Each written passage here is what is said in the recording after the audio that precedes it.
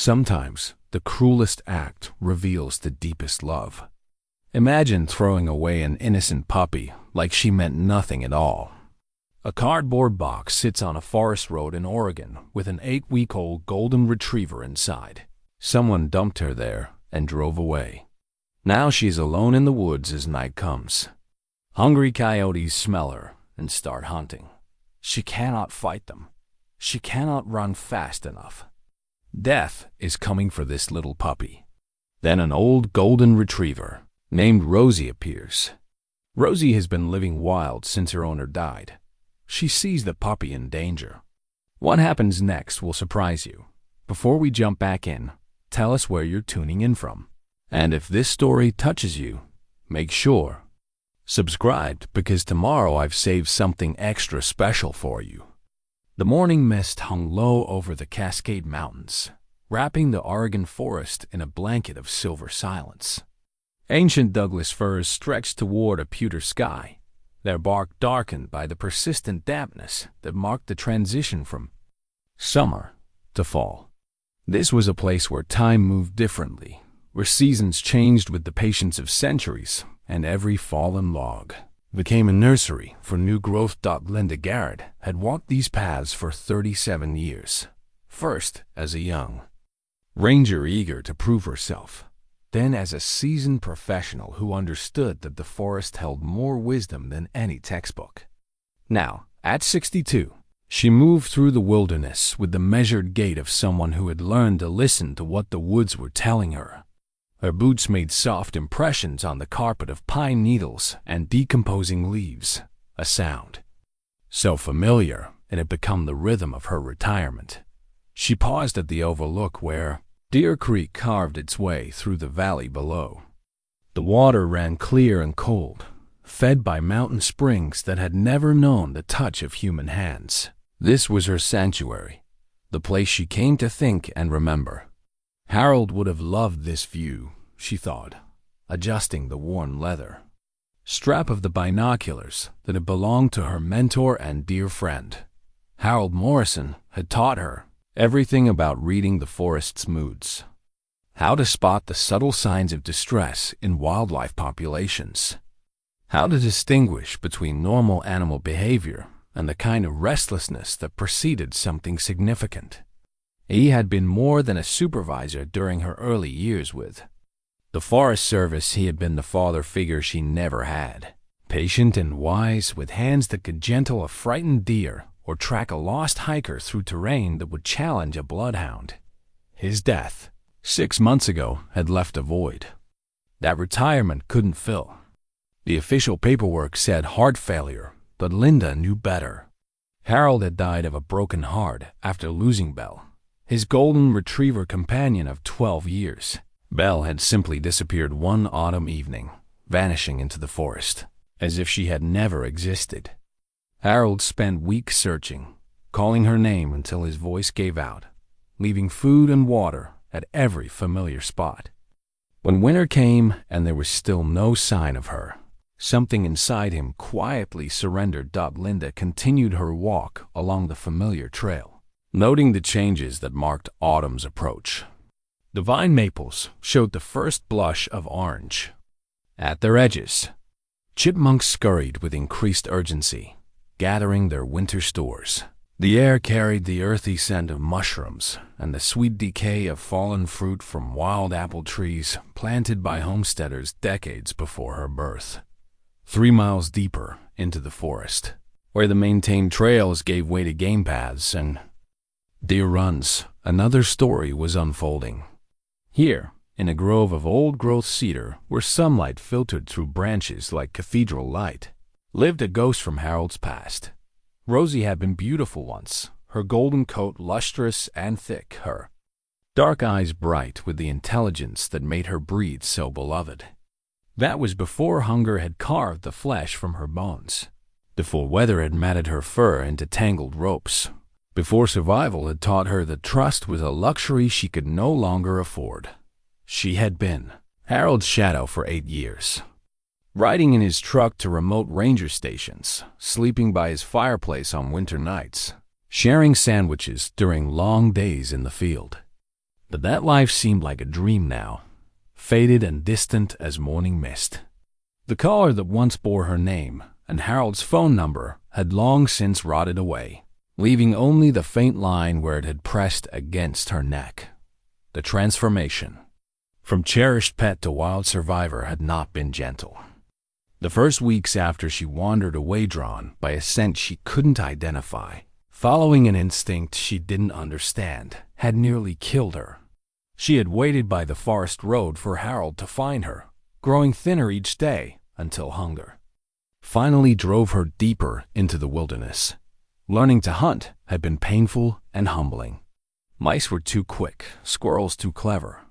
Fish required patience she was still developing. She survived those early months on carrion wild berries and the occasional fish trapped in shallow pools during low water. Her paws grew tough and scarred, her senses sharpened. Her golden coat dulled to the color of autumn leaves. But survival had given her something unexpected, a fierce independence and an understanding of the forest's true nature that no domestic dog could possess. She knew which mushrooms would sicken her and which roots could sustain her through lean times. She could read weather patterns in the behavior of birds and predict the movement of deer herds by the way they grazed. She had become something between dog and wolf, neither fully wild nor completely tame. On this particular morning, as Linda continued her walk through the lower elevations, Rosie rested in her favorite spot, a shallow depression beneath a massive cedar where the roots created natural shelter. Her head lay on her paws, but her ears remained alert to every sound. She had learned that the forest was never truly quiet. There was always the whisper of wind through branches, the distant call of ravens, the soft percussion of dropping pine cones. Her stomach cramped with familiar hunger. Yesterday's hunting had yielded nothing but frustration and a scratched nose from a particularly aggressive squirrel. The creek was running too high for easy fishing, and the deer seemed to have moved to higher ground. She would need to venture closer to the road again, to the place where human callousness sometimes provided opportunity. Neither Linda nor Rosie knew that their paths were about to intersect in ways that would change both their lives. Neither suspected that a simple cardboard box, discarded with cruel indifference, would soon transform them from strangers walking parallel lives into a family bound by purpose. The forest held its secrets close, but it was also a place where unexpected grace could unfold, where abandoned souls could find each other, where the wounded could discover that healing often came not from solitude, but from the courage to protect something more vulnerable than themselves. As the morning progressed and the mist began to lift, the stage was set for a drama that would test the limits of love, courage, and the bonds that transcend species. In the shadows of ancient trees, destiny was preparing to reveal itself in the most unlikely of forms, an old dog with nothing left to lose and everything to give.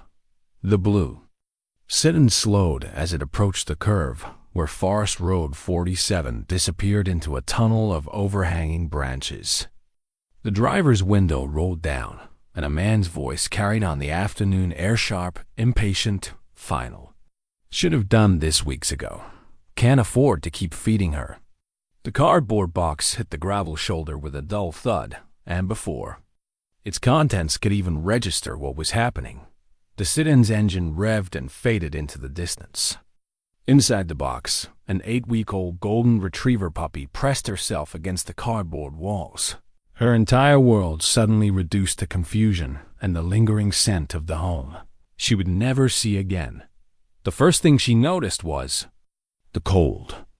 The cardboard provided little insulation against the October chill, and the thin blanket someone had thrown in as an afterthought was already damp from the morning's rain. She whimpered softly, a sound so small and helpless it seemed to be absorbed by the vast indifference of the forest. She had been born in a backyard breeding operation where profit mattered more than care, where puppies were commodities to be moved quickly before they became too expensive to maintain.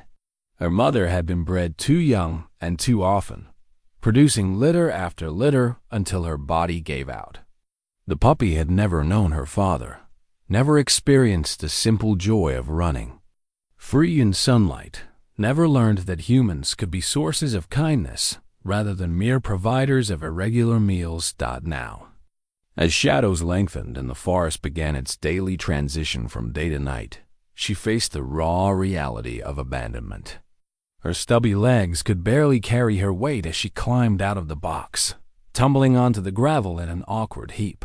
Everything smelled different here, wild and green and vast in a way that overwhelmed her underdeveloped senses.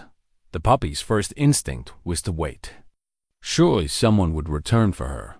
This had to be some kind of mistake, some temporary separation that would soon be corrected. She stayed close to the box, circling it like a tiny golden satellite, occasionally crying out in the hope that familiar voices would answer. But the forest had its own voices, and none of them were comforting to a creature who had never been more than 20 feet from human civilization. The wind through the trees sounded like whispers in an unknown language. Branches creaked with sounds that could have been footsteps or something far more dangerous. As the light began to fade, those sounds grew louder and closer. The puppy's hunger gnawed at her belly with increasing intensity. She had missed her afternoon feeding, and her body was already beginning to consume its own reserves. Desperation finally drove her away from the road, following a scent trail that seemed to promise water. Her paws were soft and tender, unused to anything rougher than carpet, and the forest floor punished each step with thorns and sharp stones. She stumbled through bracken ferns that towered over her like a jungle, following the musical sound of running water. When she finally reached Deer Creek, the sight of clear water flowing over smooth stones filled her with hope. But drinking proved more challenging than she had anticipated. The current was swift, and when she tried to wade in, the cold shocked her system and nearly swept her downstream. Soaked and shivering, she managed to lap up enough water to ease her thirst, but the effort exhausted her remaining strength. As darkness settled over the forest like a heavy blanket, she curled up beneath a fallen log, pressing her small body against the damp earth and trying to conserve what little warmth she had left. The night sounds began as whispers but grew into a symphony of unknown terrors. Owls called from the darkness above. Small creatures rustled through the underbrush nearby. And from somewhere deeper in the forest came a sound that made her blood freeze a wild, haunting howl that seemed to carry both beauty and menace. Coyotes thought they had caught her scent within hours of her abandonment, following the trail of fear and helplessness that clung to her like perfume. The pack consisted of 4 adults, a breeding pair, and 2 juveniles from the previous year's litter. They were intelligent, adaptable predators who had learned to exploit every opportunity their territory provided. The alpha male had been tracking the scent since early evening, his grizzled muzzle testing the air currents with practiced efficiency. This was something new in their domain, young, defenseless, and without the protection of a pack. Easy prey that would provide needed protein as they prepared for winter's challenges. The puppy heard them before she saw them, a soft padding of feet that seemed to come from all directions at once. Her instinct screamed danger, but her body had nowhere to run. When the first pair of yellow eyes appeared in the darkness beyond her hiding place, she could only press herself deeper into the rotting log and hope that somehow she would become invisible. The lead coyote approached with the patient confidence of a predator who knew its quarry had no escape. Its lips pulled back to reveal teeth designed for tearing flesh, and its eyes held the cold calculation of a creature that viewed other animals as nothing more than potential meals. The puppy's tiny growl was barely audible above the night sounds of the forest, but it carried all the defiance her small heart could muster. She might be doomed, but some deep genetic memory told her to face her end with courage rather than surrender. The coyote paused, tilting its head as if amused by this display of futile bravery. It circled closer, testing for weakness, looking for the best angle of attack. The puppy's legs trembled with exhaustion and terror, but she held her ground in the pathetic fortress of her fallen log. That was when the forest exploded into chaos. A casa, golden shape, burst from the darkness like a creature from myth, moving with it the fluid power of an animal that had been forged by survival into something harder and more dangerous than nature had originally intended. Rosie hit the lead coyote with the full weight of her body, sending it tumbling through the undergrowth in a tangle of snarls and snapping teeth. The puppy watched in amazement as this wild guardian placed herself between the pack and their intended prey. Rosie's coat was matted and dirty. Her ribs showed through her fur, and scars marked her muzzle and legs from previous encounters. But her eyes burned with a fierce protectiveness that transformed her from a mere dog into something elemental. An unstoppable dot, the coyotes regrouped quickly, recognizing that their easy meal had become a genuine fight. They spread out in a hunting formation, trying to use their numbers to overwhelm the lone defender. But Rosie had advantages they hadn't anticipated: desperation born of recognition, and the terrible strength that comes from having nothing left to lose. Dot, as the first tentative attacks began, the puppy realized that her fate now rested in the paws of a stranger who had risked everything to save her. In the darkness of the forest, surrounded by predators and protected by a guardian she had never seen before, she was about to learn that sometimes salvation comes from the most unexpected places. The discovery happened the way most hunts begin, with a single drop of scent carried on the evening breeze. The lead coyote's black nose twitched as he tested the air currents flowing down from the ridge where the old logging road cut through the forest.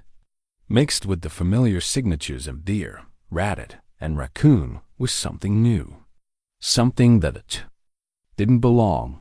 Young, helpless, alone.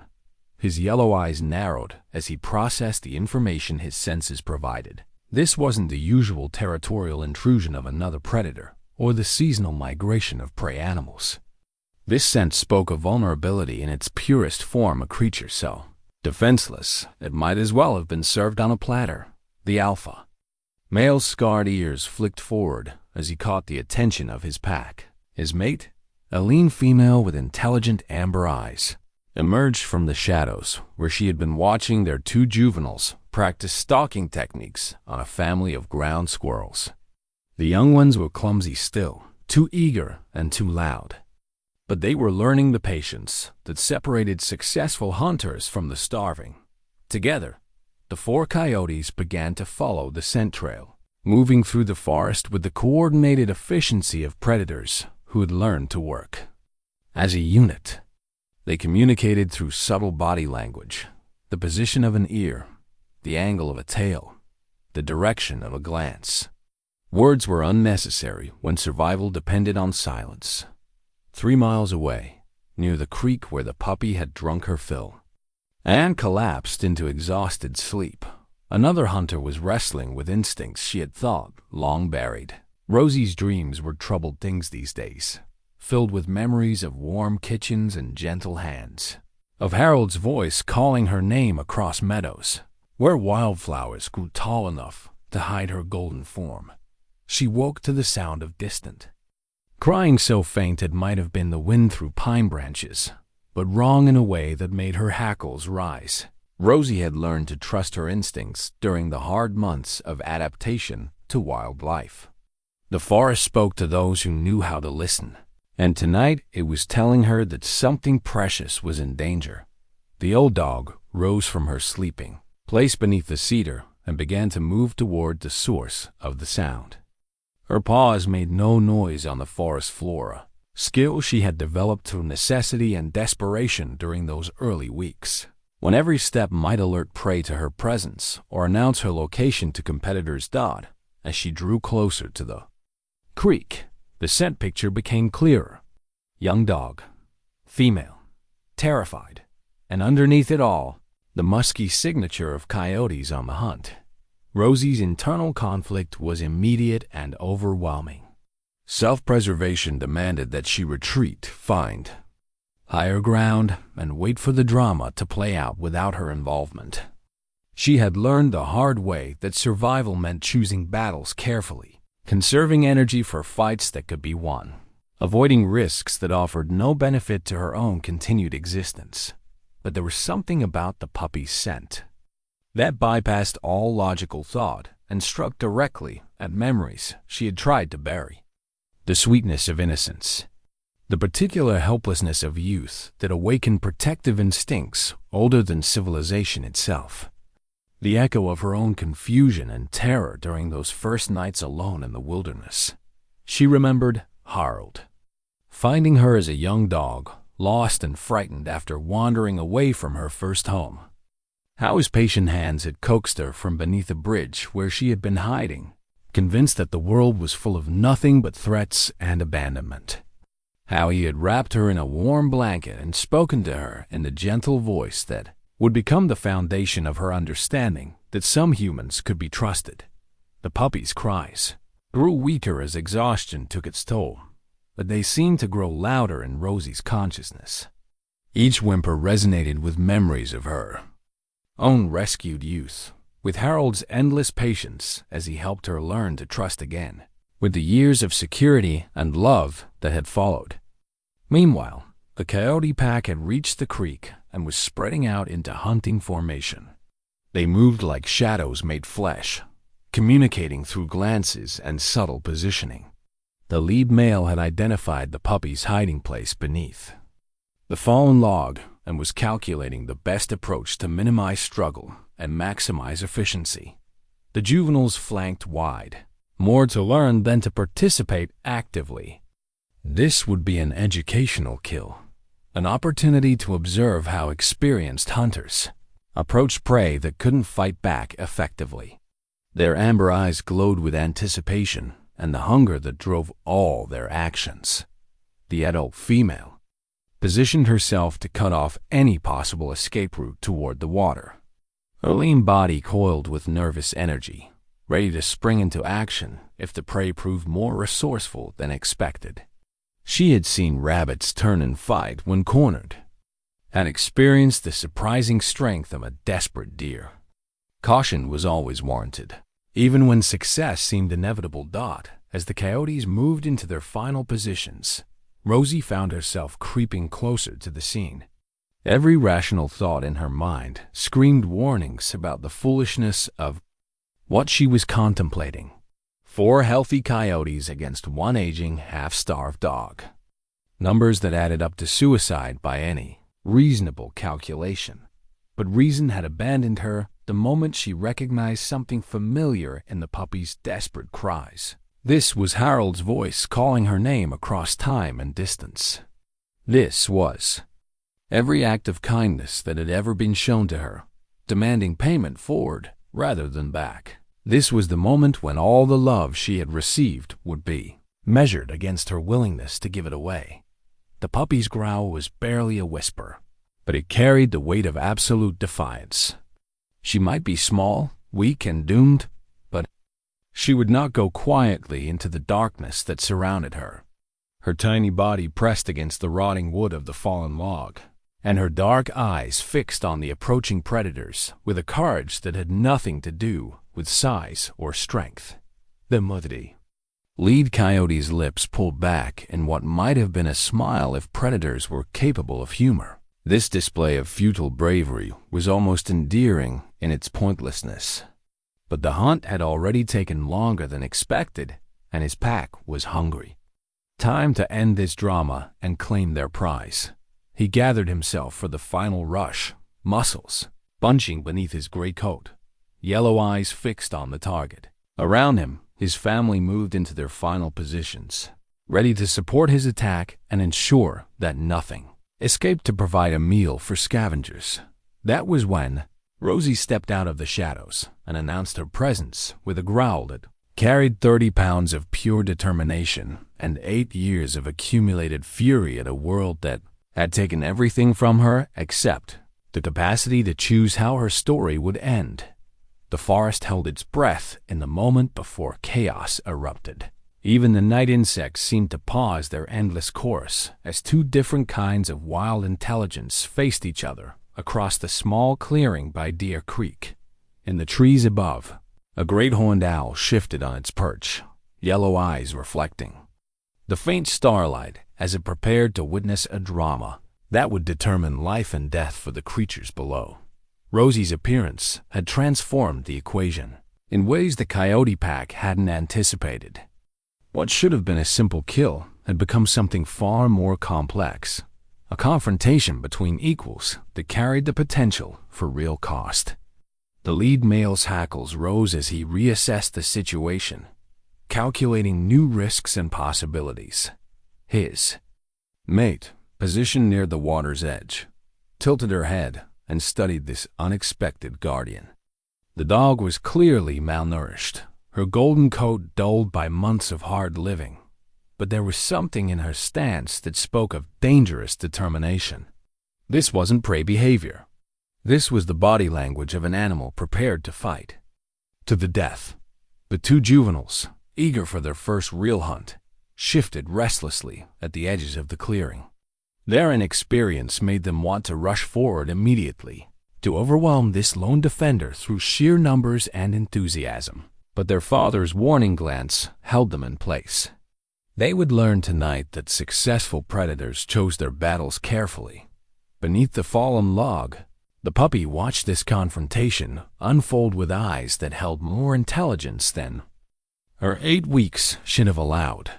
She couldn't understand the complex dynamics of pack behavior or the calculated risks that predators weighed before attacking, but she recognized something profound in the golden dog's decision to place herself between danger and its intended victim. Her small heart hammered against her ribs as she observed her unexpected savior. This dog was nothing like the humans who had controlled her brief life. This was a creature who had chosen to act without any promise of reward or gratitude. The puppy's world, which had contained only abandonment and terror for the past 12 hours, suddenly expanded to include the possibility of protection given freely by a stranger. Rosie's eyes never left the pack leader as she slowly positioned herself between the coyotes and their intended prey. Her body language spoke fluent predator head low, shoulders forward, weight balanced on her toes for maximum mobility. But beneath the surface aggression, she was calculating odds that didn't favor survival. She had tangled with coyotes before, during her months in the wilderness, usually over carrion or fishing spots. Those encounters had taught her respect for their speed, intelligence, and pack coordination. A single coyote might retreat from a determined dog, especially one with nothing to lose. But 4 coyotes fighting together was a different proposition, entirely. The memory of a partially healed scar on her left shoulder reminded her how close she had come to death during her last serious confrontation with one of these predators. That had been a desperate fight over a deer carcass during a particularly harsh week when hunger had driven her to take risks that wisdom counseled against. She had won that battle, but barely, and only because the coyote had been fighting alone. Yet, as she stood in the clearing, watching the pack spread into attack formation, Rosie discovered something unexpected about herself. The months of solitary survival had burned away everything soft and comfortable about her former life, leaving behind something harder and more essential. She was no longer Harold's beloved pet, content to sleep by the fire and fetch tennis balls. In the backyard, she had become something that even she didn't fully understand, a creature forged by loss into an instrument of pure will. The puppy's whimper broke the tense silence, a sound so small and helpless that it seemed to galvanize every animal in the clearing. The lead coyote's ears flicked forward at the noise, reminded of why they had come here in the first place. Food was food, regardless of the complications that had arisen. His decision was swift and decisive. He would deal with the defender first, neutralize the threat, then claim the original prize. His pack had faced dogs before domestic animals, whose fighting instincts had been bred out of them by generations of human protection. Even half wild, How much fight could one aging golden retriever really possess? The alpha male's attack came. Without warning, a lightning strike aimed at Rosie's throat that would have ended the confrontation before it began if she hadn't spent months learning to anticipate exactly this kind of assault. She twisted aside at the last possible moment, feeling the coyote's teeth snap shut inches from her neck. Her counterattack was immediate and vicious, driving her shoulder into the predator's ribs with enough force to send him staggering sideways. The impact jarred her own injured shoulder, sending spikes of pain through muscles that had never fully healed from previous battles. But the adrenaline flooding her system made the discomfort irrelevant. The coyote pack's coordination wavered for a crucial moment as their leader recovered his balance. The juveniles started forward eagerly, but the adult female's sharp bark called them back. This fight was revealing depths they hadn't expected in their opponent, and reckless enthusiasm could get one of them killed. Rosie used the brief hesitation to position herself more advantageously, backing toward a cluster of large boulders that would prevent the pack from surrounding her completely. Her breathing was controlled despite the exertion, and her eyes tracked all four opponents simultaneously. Years of living wild had taught her that survival often depended on making the best of bad situations rather than waiting for good ones to present themselves. The puppy, forgotten temporarily in the drama of adult confrontation, watched from her hiding place with growing wonder. She had never seen anything like the fierce grace with which her protector moved, the way threat and response flowed together like a deadly dance. This was what courage looked like when it had been tested by real stakes and proven genuine. In the trees around the clearing, other forest dwellers had gathered to observe the conflict. A family of raccoons peered down from the safety of high branches, their masked faces reflecting moonlight as they chittered softly among themselves. Somewhere in the darkness, a deer snorted and stamped, nervous about the predator activity so close to its preferred drinking spot. The lead coyote regrouped and began circling again, but now his movements carried a wariness that hadn't been there before. His ribs ached from Rosie's shoulder check, and he was beginning to understand that this wouldn't be the easy kill he had anticipated. The dog's fighting style showed experience and desperation in equal measure, a combination that made even experienced predators cautious. As the standoff continued, stretching seconds into minutes, the forest waited to see which kind of wildness would prove stronger: the calculated hunger of efficient predators, or the protective fury of a creature who had already lost everything that mattered and was determined not to lose anything more.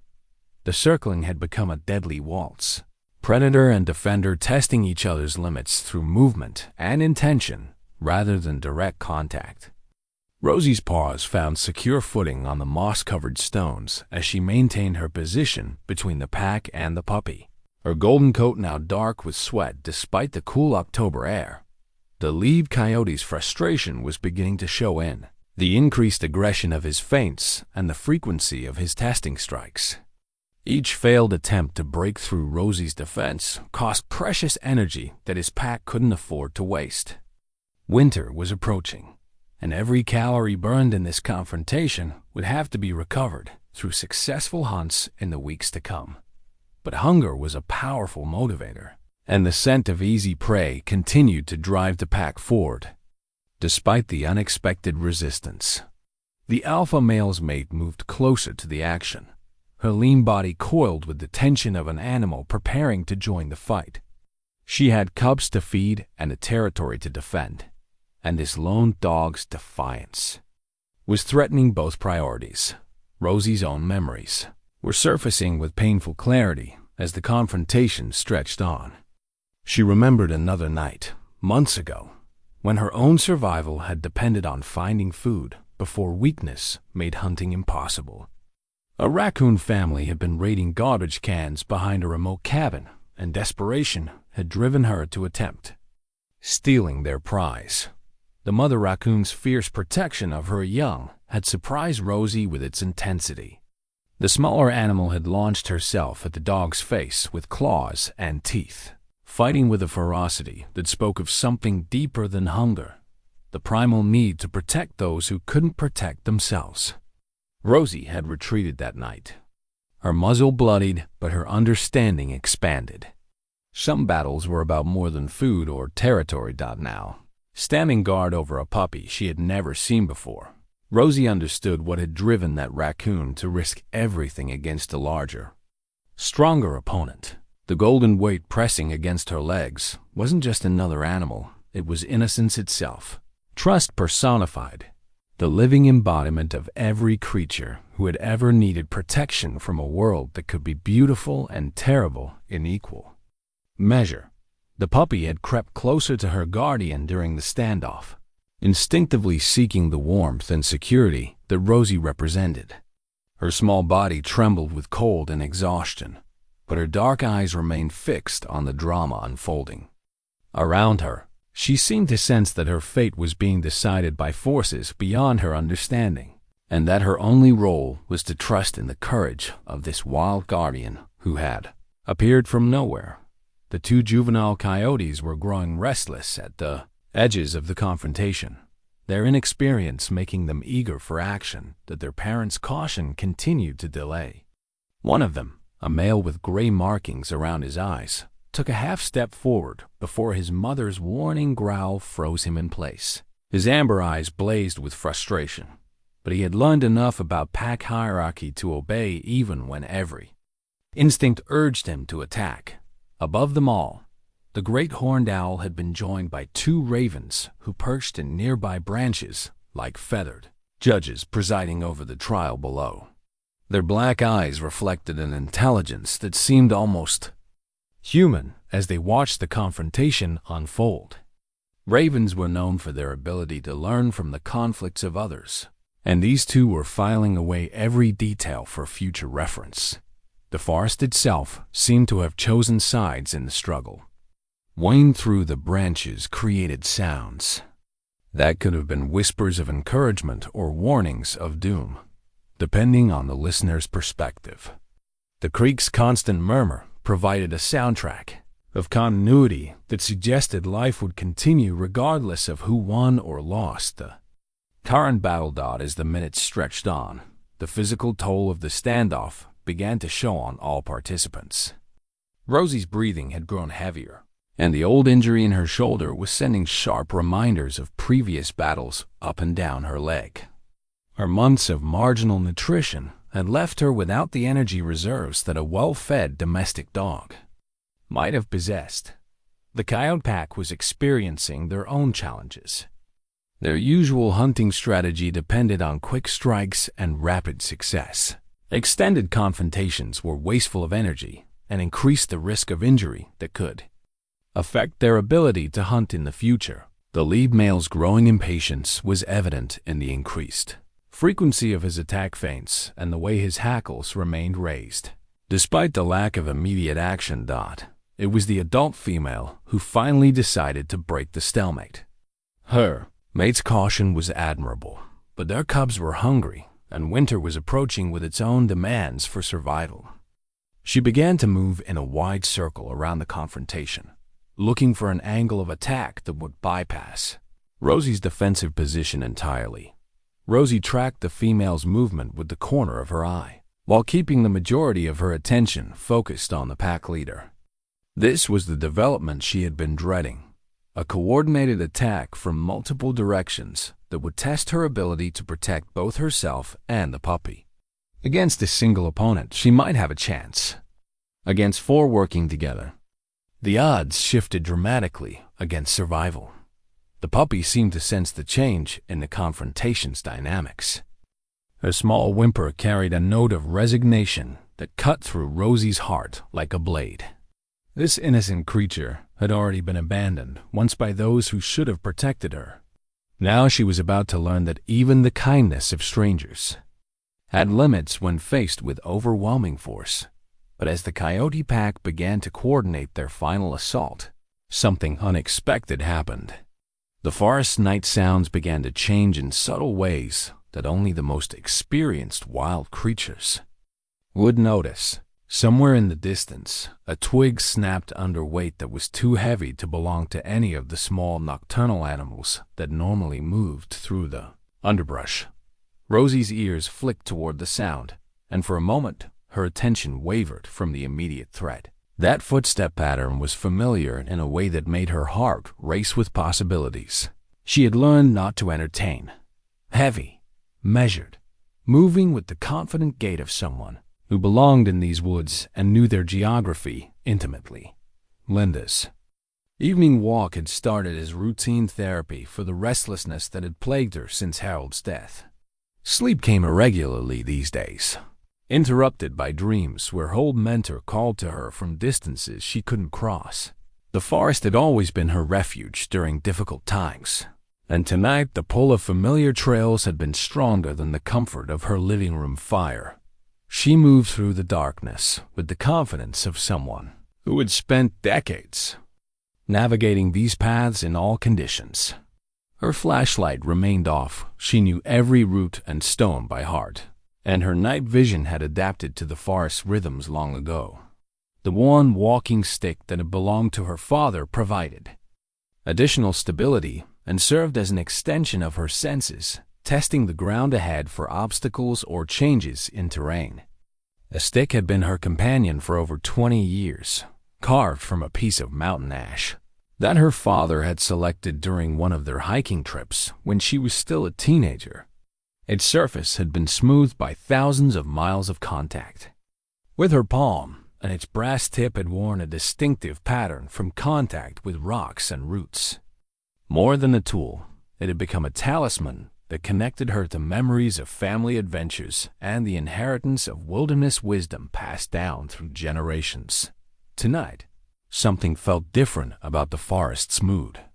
Linda couldn't pinpoint exactly what had changed, but her ranger instincts were sending subtle warnings that made her pause periodically to listen and assess. Animals seemed more restless than usual for this time of evening. Bird calls carried notes of alarm rather than the usual territorial announcements. Even the wind through the trees sounded different, somehow sharper, more urgent. She had learned to trust these feelings during her years in the Forest Service. Harold had taught her that successful rangers developed a sixth sense about their territory, an ability to detect when the normal patterns of wildlife behavior were being disrupted by something significant. Poachers, lost hikers, injured animals, natural disasters, they all left signatures in the forest's collective consciousness that trained observers could learn to read. The path she was following led toward Deer Creek, where she often stopped to rest and think during her longer walks. The sound of running water had always been soothing to her, a constant reminder that some things endured regardless of human troubles. Tonight, however, that familiar sound was interrupted by something that made her step slow and her senses sharpen. Growling. Not the playful rumbling of domestic dogs, but the serious vocalizations of animals engaged in territorial dispute or hunting behavior.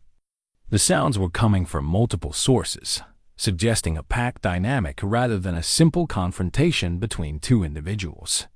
Linda's hand tightened on her walking stick as she considered her options.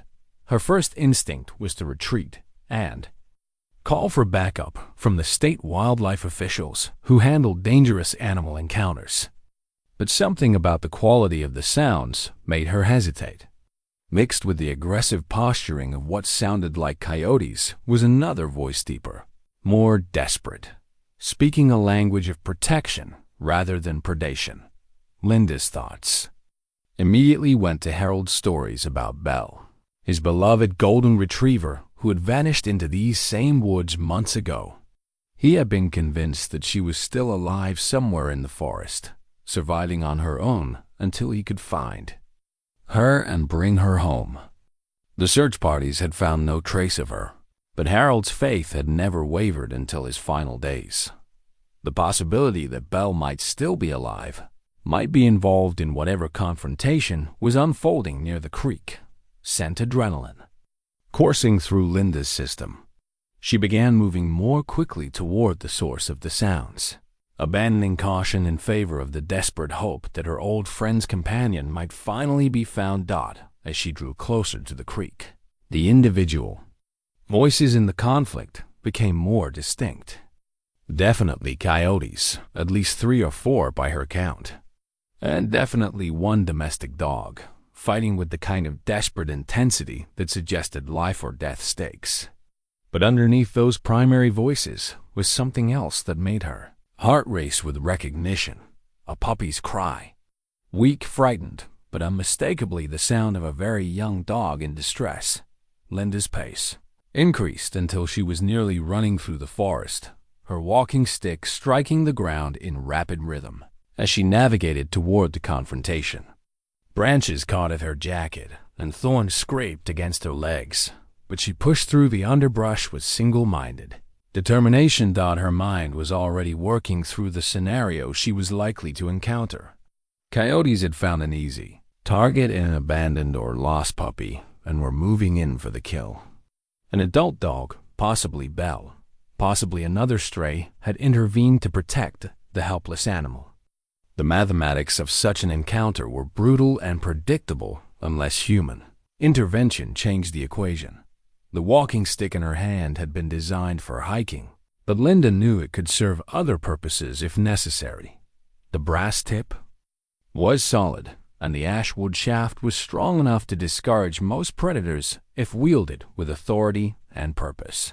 More importantly, her presence alone would likely be enough to scatter a coyote pack that had no interest in confronting humans. But as she crested the small ridge that overlooked the creek clearing, what she saw through the trees made her stop, in amazement rather than charge forward with rescue intentions. The confrontation below was more complex than she had imagined, and the golden dog standing guard over the puppy bore a resemblance to Belle that made her breath catch in her throat. The dog was clearly wild now, her coat matted and her body showing the lean hardness of an animal that had learned to survive on its own terms. But there was something in her stance, something in the way she held her head and positioned her body, that spoke of familiar training and remembered love. Linda reached for the binoculars that hung around her neck, the same field glasses that had belonged to her father and had served 3 generations of her family in their outdoor pursuits. As she focused the lenses on the golden defender below, her heart began to pound with recognition and impossible hope. Through the vintage binoculars, Linda studied the golden dog's profile with growing certainty and disbelief. The graceful curve of the skull, the particular way the ears were set, the distinctive white blaze on the chest that was barely visible beneath the matted fur. These were details she had memorized during countless evenings when Belle had accompanied Harold to her cabin for dinner and conversation, but it was the dog's movement that provided final confirmation. That particular way of shifting weight from one front paw to the other when alert, the slight favoring of the left shoulder that had developed after Belle injured herself jumping from Harold's truck as a young dog. These were signature behaviors that no amount of wild living could completely erase. "Belle," Linda whispered into the darkness, her voice barely audible above the continuing confrontation below. The implications hit her like a physical blow. Harold's beloved companion hadn't died in the wilderness, as everyone had assumed. She had survived 6 months of solitary existence in conditions that would have killed most domestic animals. More than survived, she had adapted, evolved, become something harder and more capable than the gentle house pet who used to sleep by Harold's fireplace. Linda's hands trembled as she adjusted the binocular focus, trying to reconcile the image before her with her memories of Belle's former life. The dog she remembered had been soft and pampered, her golden coat brushed to perfection, her brown eyes gentle with the contentment of an animal who had never known hunger or fear. This creature was a shadow of that comfortable existence, lean, scarred, and possessed of a wild intensity that spoke of battles fought and survived. Yet the protective stance over the puppy was pure. Belle.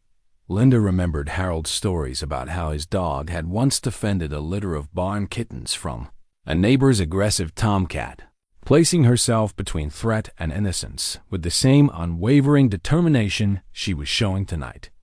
Some aspects of character, it seemed, ran deeper than circumstance. The discovery recontextualized everything Linda thought she knew about Belle's disappearance. Harold had been convinced that his dog had been stolen or had met with some accident close to his property. The search teams had focused their efforts within a 5-mile radius of his cabin, assuming that a domestic dog wouldn't have the skills or instincts to survive much farther from human civilization.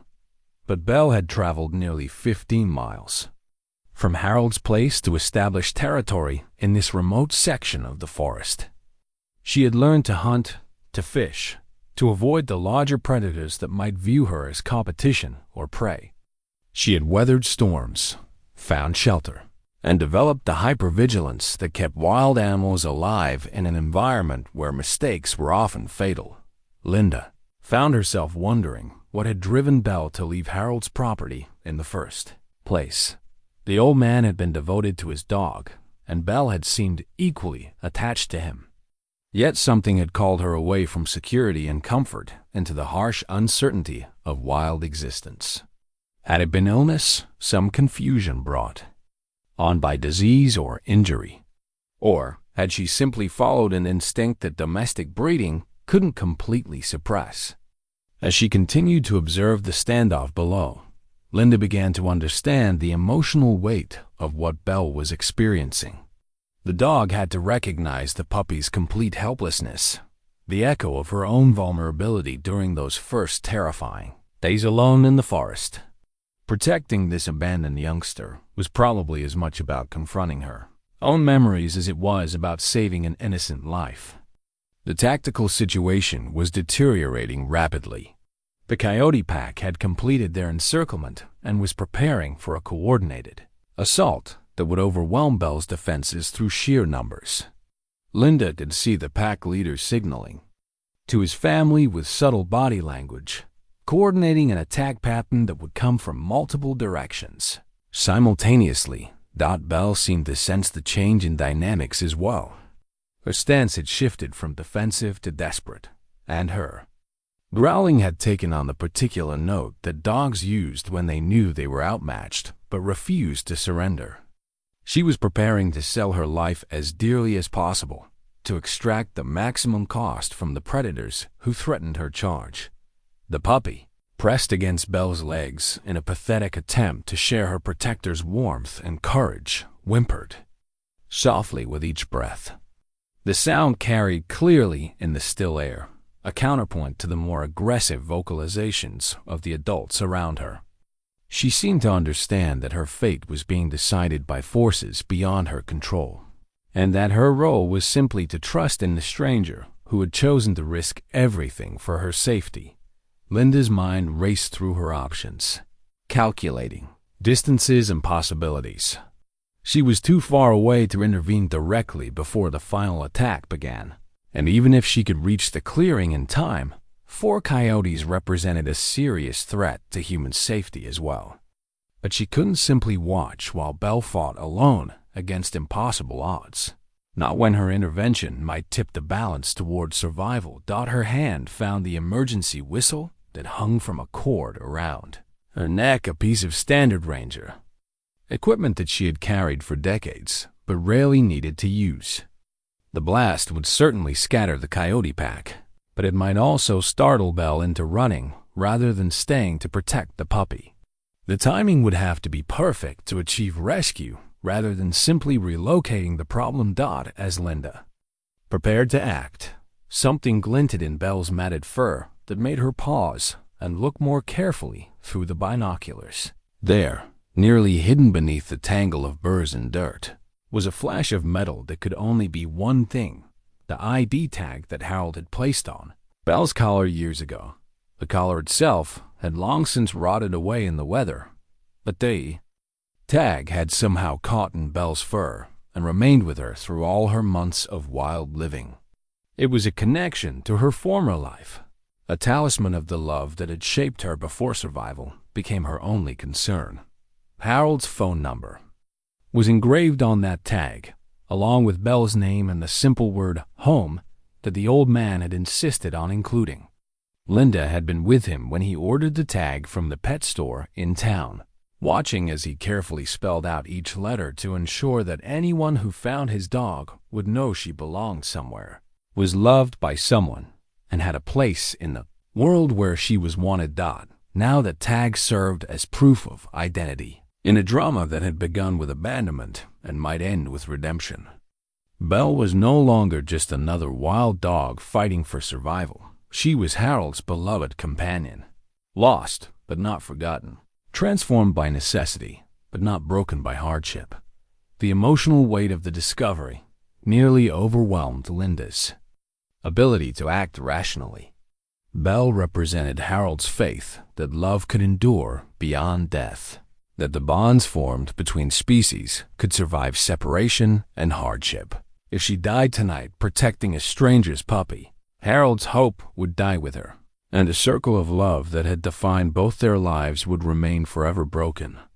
But as Linda raised the whistle to her lips, preparing to charge into the clearing with whatever authority and noise she could muster, the coyote pack's patience finally ran out. The coordinated attack began with the speed and precision of predators who had hunted together for years, and Belle's time for rescue was measured in heartbeats rather than minutes. The forest seemed to inhale and hold its breath as the final moments of the confrontation approached. Linda pressed the binoculars against her eyes with trembling hands, watching Belle prepare for what both dog and observer knew would be her last fight. The golden retriever's body had settled into a stance that spoke of absolute commitment, feet planted wide for maximum stability, head lowered to protect her throat, muscles coiled with the terrible energy of desperation transformed into purpose. 15 yards away, the coyote pack moved with the coordinated precision of predators who had refined their hunting techniques through countless successful kills. The lead male had positioned himself directly in front of Belle, drawing her attention while his mate circled wide to attack from the blind spot created by her defensive posture. The two juveniles had spread to opposite flanks, ready to prevent any escape attempt and to learn from their elders. Demonstration of pack tactics. Belle's eyes tracked all four opponents simultaneously, a skill she had developed during her months of solitary survival when awareness meant the difference between life and death. Her peripheral vision caught the subtle movements of the flanking coyotes, while her direct gaze remained fixed on the alpha male's amber eyes. She had learned to read the micro-expressions that preceded attack, the slight tightening around the eyes, the barely perceptible shift in weight distribution, the way ears flicked forward in the instant before muscles exploded into motion. The puppy pressed closer against Belle's legs, her small body trembling with cold and exhaustion. Her dark eyes reflected a trust that was both heartbreaking and inspiring, the absolute faith of innocence in the protection offered by a stranger. She had no understanding of the tactical situation developing around her, no comprehension of the odds against survival, only the instinctive knowledge that safety meant staying close to the golden guardian who had appeared from the darkness. Above them, the great horned owl shifted on its perch, turning its massive head to survey the scene with eyes that had witnessed countless dramas of predator and prey. Its presence seemed to lend an ancient gravity to the confrontation, as if the forest itself was bearing witness to a struggle that represented something larger than the individual fates of the animals involved. Linda's mind raced through calculations of distance and time, trying to determine whether she could reach the clearing before the attack concluded. She was at least 50 yards away through dense underbrush that would slow her progress and make noise that might alert the coyotes to her approach. Even if she moved immediately, the mathematics of the situation suggested that Belle would be fighting alone for the crucial first moments of the confrontation. Her hand closed around the emergency whistle, testing its weight and considering the timing required to maximize its effectiveness. Too early, and the coyotes might simply scatter and regroup for another attempt. Too late, and any intervention would become a rescue of bodies rather than lives. The whistle's sharp blast would certainly break up the immediate attack, but success would depend on Belle's ability to use that momentary disruption to gain a more defensible position. As Linda prepared to begin her desperate run through the forest, Belle's behavior underwent a subtle but significant change. Her defensive posture shifted slightly, becoming less reactive and more purposeful. The golden dog was no longer simply preparing to resist attack. She was calculating her own offensive strategy, looking for ways to disrupt the pack's coordination and create opportunities for survival. Belle's months in the wilderness had taught her that successful defense often required taking calculated risks rather than simply absorbing punishment. She had learned this lesson during her encounters with other territorial animals, discovering that aggressive counteraction could sometimes convince opponents that easier prey existed elsewhere. The key was choosing the right moment to transform from defender into attacker. The lead coyote's final preparations were almost complete. His weight had shifted forward onto his front paws, and his hackles had risen to their maximum extension. His lips pulled back to reveal teeth that had been honed by years of successful hunts, and his yellow eyes narrowed with the focus of a predator who had identified the optimal angle of attack.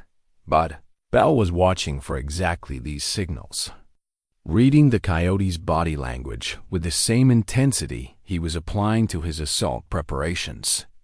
When his muscles began to bunch for the final spring, she made a decision that surprised every creature in the clearing.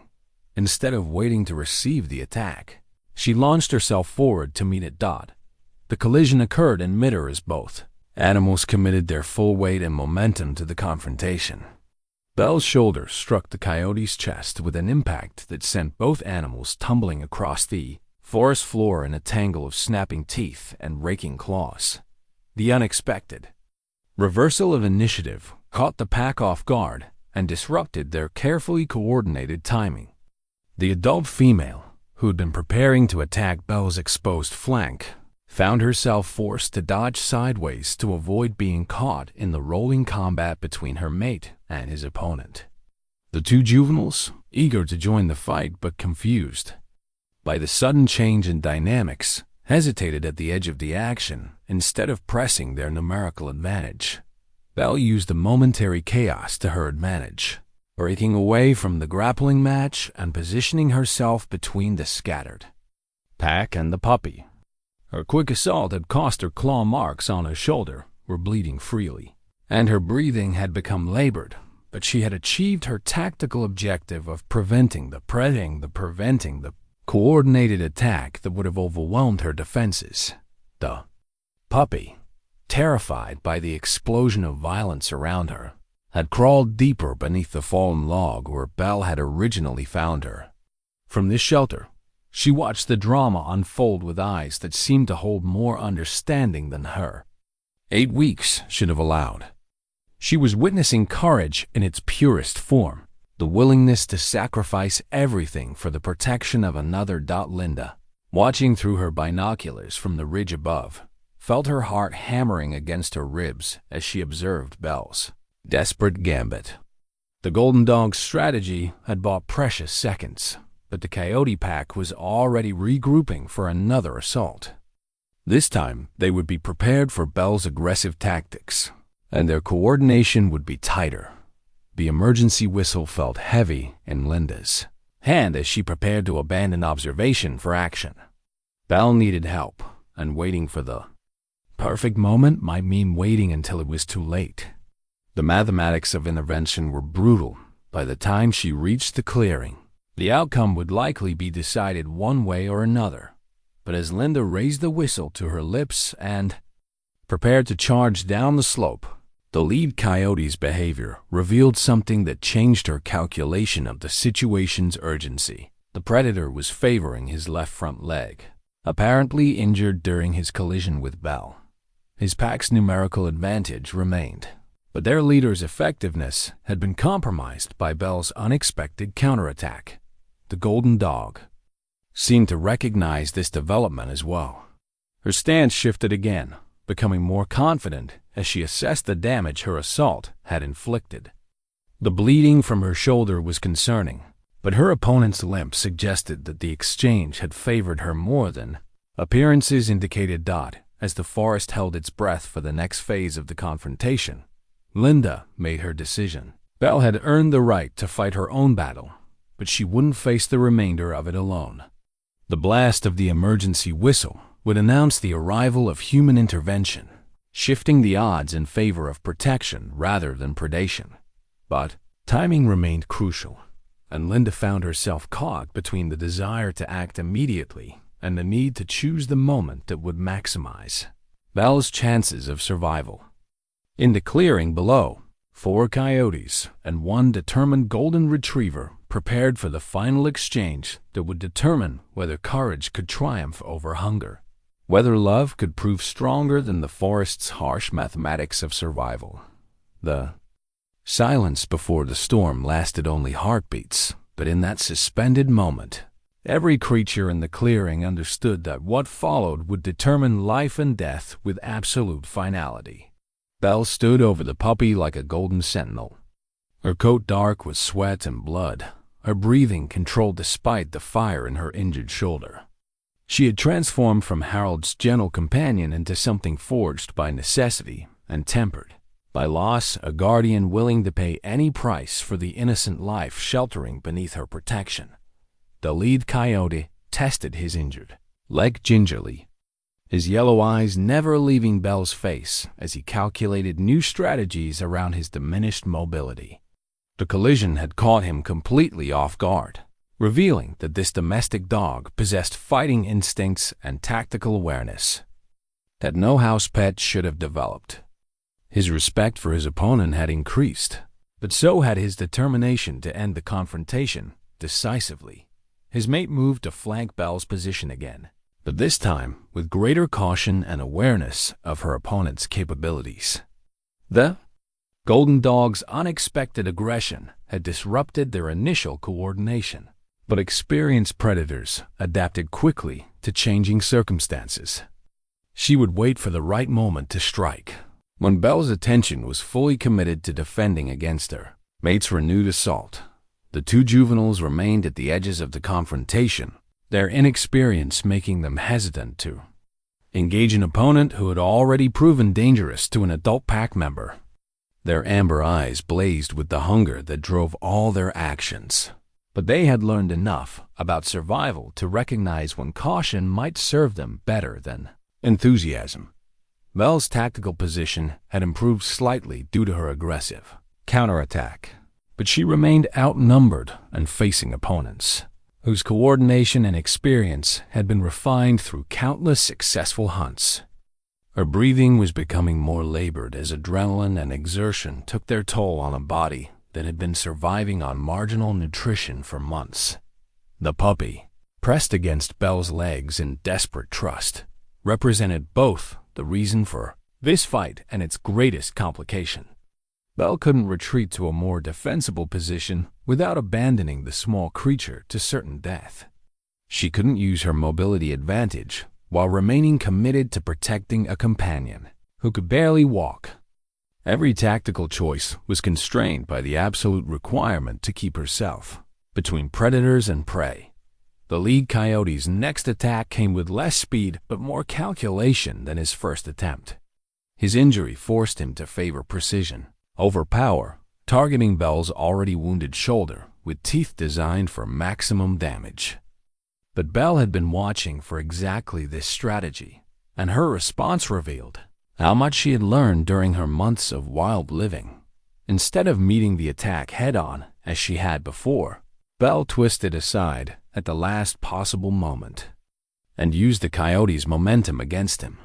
Her teeth found his neck as he passed, not deep enough to inflict serious damage, but sufficient to send a clear message about her willingness to escalate the violence beyond what pack hunters typically experienced when taking domestic prey. The brief exchange separated both combatants, each reassessing the other with new understanding. The coyote's neck showed shallow puncture wounds that bled freely, marking him as Belle's equal in determination, if not in natural predatory skill. His growl carried a note of frustration that spoke to the growing realization that this would not be the easy kill his pack had anticipated. Belle's defensive posture had shifted again, becoming more aggressive and confident as she discovered her ability to inflict damage on opponents who had seemed invulnerable moments before. Her months of survival had taught her that successful defense often required convincing predators that easier prey existed elsewhere, and her willingness to fight with desperate intensity was beginning to create doubt in the pack's collective psychology. The adult female chose this moment to execute her flanking maneuver, launching herself at Belle's exposed side while the golden dog's attention remained focused on her wounded mate. The attack was perfectly timed and would have succeeded against most opponents, but Belle's enhanced awareness, sharpened by months of constant vigilance, detected the movement just soon enough to react. Belle's pivot was swift but desperate, her injured shoulder screaming in protest as she turned to meet this new threat. The female coyote's teeth grazed her ribs instead of finding the solid grip that would have ended the fight immediately. The near miss sent both animals stumbling, but Belle recovered first and used her size advantage to bowl the smaller predator backward into the creek. The splash of the coyote hitting the cold water created a momentary distraction that Belle used to reposition herself closer to the fallen log where the puppy had taken shelter. Her breathing was becoming ragged now, and the multiple wounds on her shoulder and ribs were bleeding steadily. But her eyes remained bright with determination, and her stance suggested that she was far from finished fighting. From her hiding place, the puppy watched this display of courage with eyes that seemed to hold more understanding than her age should have allowed. She was witnessing something profound, the transformation of an ordinary creature into something heroic through the simple decision to place another's welfare above personal safety. The lesson would remain with her for the rest of her life, shaping her understanding of what love truly meant when tested by extremity. The coyote pack's coordination was beginning to fray under the pressure of unexpected resistance and actual injury. What should have been a routine kill had become a genuine fight with real costs and uncertain outcome. The juveniles remained reluctant to engage an opponent who had already proven capable of inflicting damage, while the adult female struggled to regain her footing in the creek's swift current. But the lead male's determination had only intensified with each exchange. His pack's reputation and his own status as alpha depended on successful conclusion of hunts once begun. Retreat would signal weakness that could undermine his authority and invite challenges from subordinates or rivals. The injured coyote gathered himself for another assault, this time committing everything to overwhelming Belle's defenses through sheer ferocity. As the decisive moment approached, Belle found reserves of strength and courage that she hadn't known still existed within her battered body. Harold's voice seemed to whisper encouragement from memory, reminding her of all the times he had praised her protective instincts and gentle strength. The puppy's trust pressed against her legs like a physical weight, demanding that she find ways to succeed where success seemed impossible. The forest itself seemed to lean in as the final exchange began. Ancient trees bearing witness to a drama that would determine whether love could triumph over hunger, whether courage could prove stronger than the harsh mathematics of predator and prey. The final assault came with the fury of desperation meeting desperation. The lead coyote launched himself at Belle with everything he had left, his injured leg forgotten in the surge of adrenaline and determination that marked the difference between successful predators and starving ones. But Belle had been preparing for exactly this moment, gathering her remaining strength into a response that would either save them all or end her story in service to an innocent she had never met before tonight. Instead of bracing to receive the attack, Belle drove forward to meet it with the full weight of her body and all the love that Harold had ever shown her. The collision sent both animals rolling across the forest floor in a tangle of teeth and claws. But this time, Belle's superior size and desperate purpose gave her the advantage she needed. The jaws found the coyote's throat and held on with the grip of absolute commitment. For a terrifying moment, the clearing filled with the sounds of life and death struggle growls, snarls, and the soft percussion of bodies striking earth and stone. The other pack members froze in uncertainty, their coordination shattered by the sight of their leader locked in mortal combat with an opponent who refused to acknowledge the mathematical certainty of her defeat. Then, as suddenly as it had begun, the violence ended. The coyote went limp in Belle's grip, not dead, but thoroughly dominated, his submission complete and unconditional. The golden dog held her position for several heartbeats, ensuring that her message had been received and understood, before releasing her grip and stepping back to resume her protective stance over the puppy. The pack leader struggled to his feet, his throat unmarked but his dignity shattered. He had been outfought by a domestic dog, publicly humiliated in front of his family and subordinates.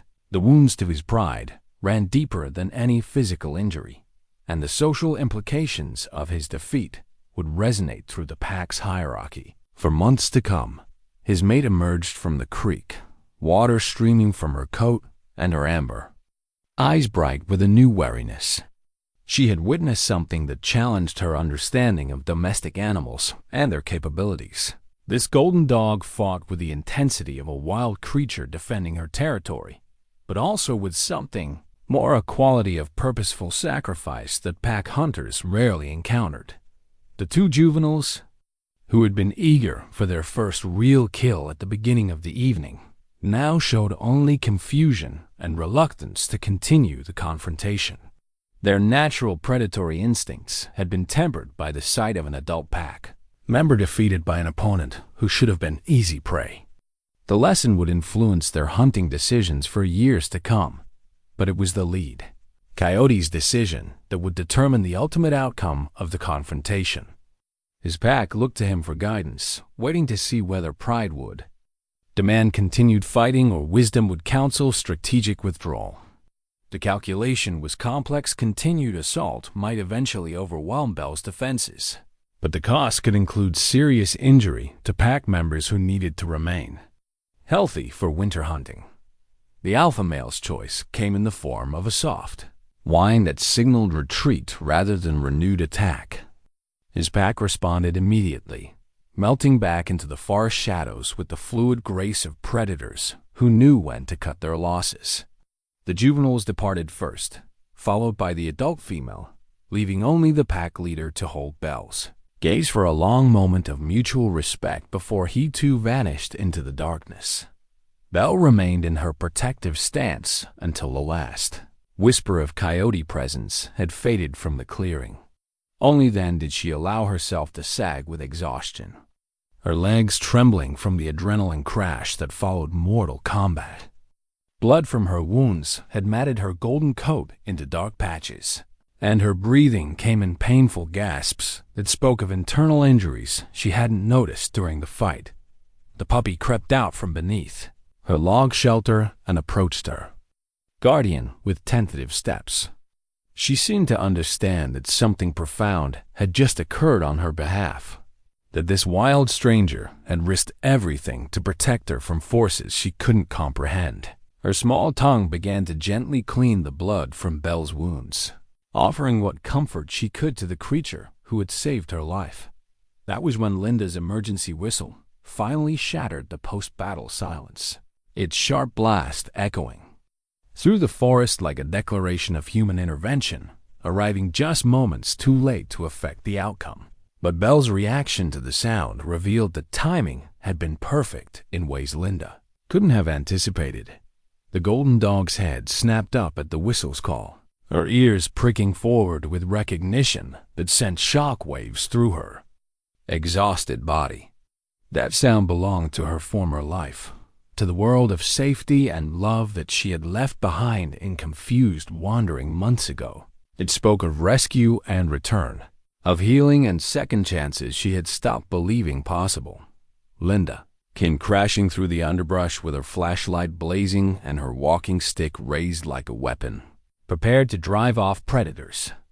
who had already departed and rescue victims who had rescued themselves. But when her light fell on the golden dog standing guard over a small puppy, both of them bloody but alive, her emergency response transformed into something much more complex. "Belle?" Linda's voice carried decades of friendship with Harold, years of shared meals where his beloved dog had been a constant presence, and months of grief over losses that had seemed permanent and irrevocable. "Belle, is that really you?" The dog's response was immediate and heartbreaking.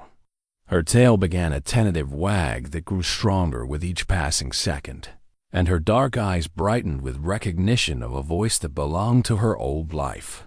She took a step toward Linda, then stopped and looked back at the puppy who was still pressed against her legs in desperate trust. The choice Belle faced in that moment encapsulated everything the night had taught about love and sacrifice. She could return to the human world, accept rescue and healing and the comfort of civilization. But doing so would mean abandoning the small creature who had no one else to protect her, who trusted Belle with the absolute faith that only innocence could offer. Linda saw the conflict in Belle's eyes and understood immediately what was happening. This wasn't just a rescue. It was a test of whether human compassion could expand to include all the abandoned creatures who needed protection. Whether love could multiply rather than simply transfer from one object to another. "It's okay, girl," Linda said softly, kneeling down and extending her hand toward both animals. "It's okay. There's room for both of you. Harold would have wanted it that way." At the mention of Harold's name, Belle's restraint finally broke. She limped toward Linda with the puppy following trustingly in her wake, and for the first time in months, allowed herself to believe that home could be more than just a memory. That family could be rebuilt rather than simply mourned. 6 months later, Linda stood in their kitchen watching the morning sunlight stream through windows that framed a view she had thought she would always see alone.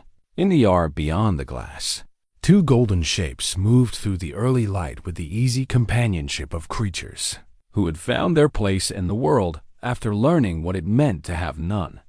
Belle clean, healthy, but forever changed by her months in the wilderness supervised. The puppy's exploration of the garden with the patient attention of a teacher who understood that some lessons could only be learned through experience. The younger dog, whom Linda had named Hope, had grown into a confident adolescent whose trust in the world had been rebuilt through the steady presence of her unlikely mentor. The contrast between them told the story of survival and renewal in ways that words could never capture. Belle's coat had regained its golden luster under Linda's care, but her eyes retained the alert wariness of a creature who had faced real danger and emerged victorious. Hope's puppy softness was giving way to the lean strength of a dog bred for work and adventure, but her movements carried the confidence of an animal who had never doubted her place in the pack. Their morning routine had become one of Linda's greatest pleasures. Belle would patrol the yard's perimeter, checking for any overnight changes or potential threats, while Hope practiced the hunting skills her mentor had taught her on toys and fallen leaves. The lessons were playful now, conducted in safety rather than desperation, but the knowledge being transmitted was real and valuable. Linda had initially worried about Belle's ability to readjust to domestic life after so many months of independence. The veterinarian had warned that some wild living dogs never fully adapted back to human companionship, remaining forever restless and suspicious of the comfort they had learned to live without. But Belle's transition had been remarkably smooth, as if some part of her had been waiting for exactly this opportunity to return home while bringing the wisdom of survival with her. The physical healing had taken weeks of careful veterinary care and patient nursing. Belle's shoulder required surgery to repair damage from her final fight with the Coyotes, and her overall condition spoke of months spent on the edge of starvation. But beneath the injuries and malnutrition, her spirit had remained unbroken, her capacity for love undimmed by hardship. Hope's integration into the household had been even easier. her youth making her adaptable to almost any circumstances as long as Belle approved.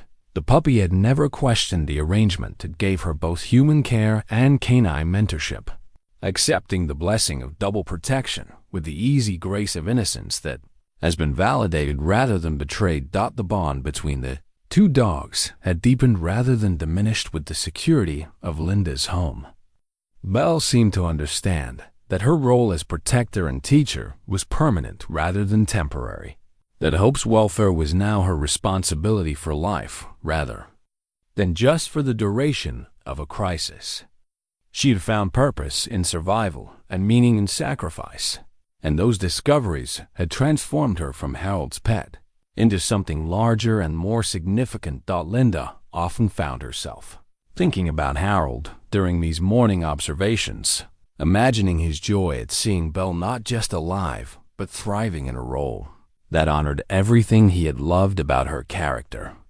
The old ranger would have understood immediately why Belle had chosen to risk everything for an abandoned puppy, would have recognized the courage and compassion that had always been part of her nature, waiting for the right circumstances to emerge. The garden they shared had become a testament to renewal and growth. Linda had planted new flowers in places where Harold's old gardens had fallen into neglect, but she had also left wild areas where Belle and Hope could explore and play without human interference. The balance between cultivation and wildness reflected the compromise they had all made between safety and freedom, between the comfort of civilization and the Venetian, and between the comfort of civilization and the comfort of civilization and the clumsy honesty of nature. Neighbors had embraced the story of Belle's survival and rescue with the enthusiasm that small communities reserved for tales of triumph over adversity. The local newspaper had run a feature about the reunion, and Linda's mailbox had filled with letters from people sharing their own stories of lost pets and unexpected second chances. Belle and Hope had become local celebrities, living symbols of hope and resilience that reminded everyone that love could endure almost anything. But it was the quiet moments that Linda treasured most evenings when both dogs settled beside Harold's old chair while she read or worked on correspondence, their presence filling a silence that had grown too heavy to bear alone.